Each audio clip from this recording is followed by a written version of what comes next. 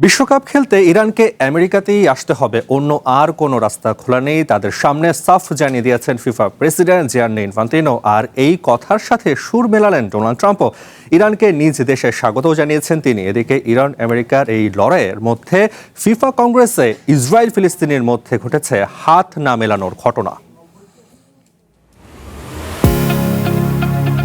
যুদ্ধের ময়দান থেকে ইরানকে নিয়ে আবারও নতুন খেলায় মেতেছে ফিফা ও আয়োজক দেশ আমেরিকা। ইরান বলছে তারা যাবে না ট্রাম্পের দেশে, আর ফিফা বলছে বিশ্বকাপ খেলতে তাদের আসতেই হবে এখানে।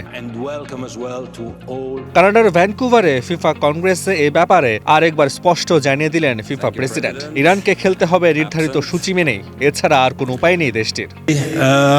অবশ্যই ইরান 2026 ফিফা বিশ্বকাপে অংশগ্রহণ করবে এবং অবশ্যই ইরান মার্কিন যুক্তরাষ্ট্রে খেলবে। আর এর কারণটা খুবই সহজ, তা হলো আমাদের ঐক্যবদ্ধ হতে হবে, আমাদের মানুষকে একত্রিত করতে হবে, এটা আমাদের দায়িত্ব।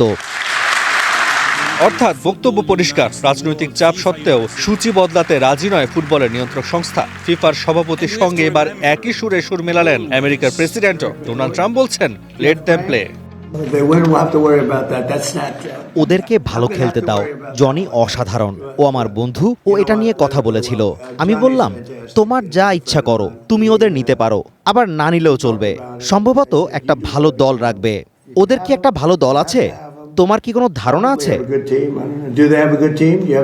এদিকে ফুটবল নিয়ে ইরান আমেরিকার এমন কথার লড়াইয়ের মধ্যে ফিফা কংগ্রেসে ঘটেছে আরেক ঘটনা।